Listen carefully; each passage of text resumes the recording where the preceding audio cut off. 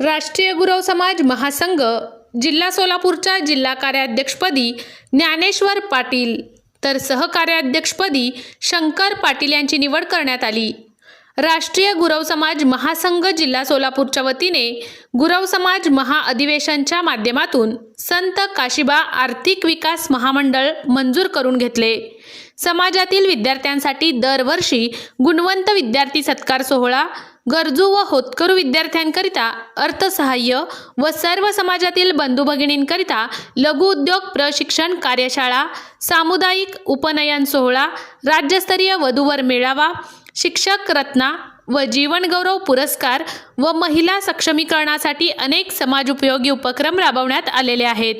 समाजातील प्रत्येक बांधवांपर्यंत व तळागाळातील लोकांपर्यंत पोहोचून त्यांच्या समस्येचे निराकरण करून सर्व बांधवांच्या उन्नतीसाठी व विकासासाठी कटिबद्ध राहण्याकरिता राष्ट्रीय गुरव समाज महासंघाच्या वतीने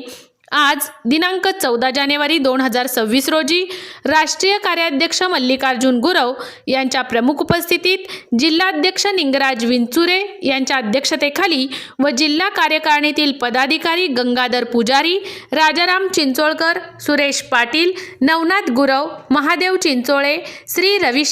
श्री शिवशंकर विजापुरे, शिवानंद बिराजदार, राजकुमार स्वामी, राजकुमार पुजारी यांच्या प्रमुख उपस्थितीत समाजोपयोगी उपक्रम सातत्याने चालू राहण्याकरिता सर्वानुमते ज्ञानेश्वर पाटील यांचे जिल्हा कार्याध्यक्षपदी तर शंकर पाटील यांचे जिल्हा सहकार्याध्यक्षपदी निवड करण्यात आली।